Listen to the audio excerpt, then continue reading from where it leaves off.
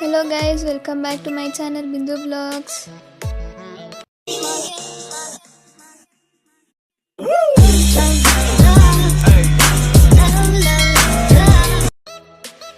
ಇವತ್ತಿನ ವಿಡಿಯೋಲಿ ಈಸಿಯಾಗಿ ಹಸಿ ಮಾವಿನಕಾಯಿ ಚಟ್ನಿ ಹೆಂಗೆ ಮಾಡೋದು ಅಂತ ನೋಡೋಣ. ಬೇಕಾಗಿರೋ ಇಂಗ್ರೀಡಿಯೆಂಟ್ಸ್ ಏನಂತ ಕ್ವಿಕ್ ಆಗಿ ಹೋಗಿ ನೋಡ್ಕೊಂಡು ಬನ್ನಿ. ಈಗ ಮಾಡೋದು ಹೆಂಗೆ ಅಂತ ನೋಡೋಣ. ಮಿಕ್ಸಿ ಜಾರ್ಗೆ ಒಂದು ಸಣ್ಣದಾಗಿ ಹೆಚ್ಚಿಟ್ಕೊಂಡಿರೋ ಮಾವಿನಕಾಯಿ, ಅರ್ಧ ತೆಂಗಿನಕಾಯಿ, ಒಂದು ಗೆಡ್ಡೆ ಬೆಳ್ಳುಳ್ಳಿ, ಖಾರಕ್ಕೆ ಎಷ್ಟು ಬೇಕೋ ಅಷ್ಟು ಮೆಣಸಿನ್ಕಾಯಿ. ನೀವು ಹಸಿಮೆಣಸಿದ್ರೆ ಹಸಿಮೆಣಸೇ ಹಾಕ್ಕೊಳ್ಳಿ.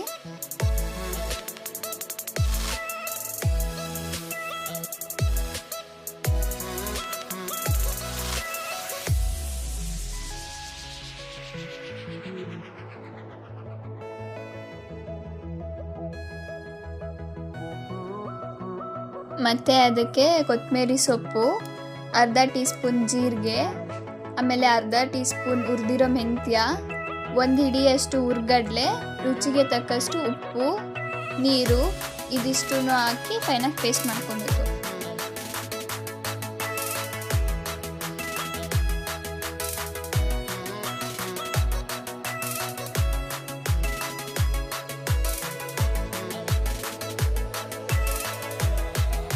ಮಾವಿನಕಾಯಿ ಚಟ್ನಿನ ರೊಟ್ಟಿ ಚಪಾತಿಗಿನ್ನ ಬಿಸಿ ಅನ್ನ ಬಿಸಿ ಮುದ್ದೆ ಜೊತೆ ತಿಂದರೆ ತುಂಬ ಚೆನ್ನಾಗಿರುತ್ತೆ.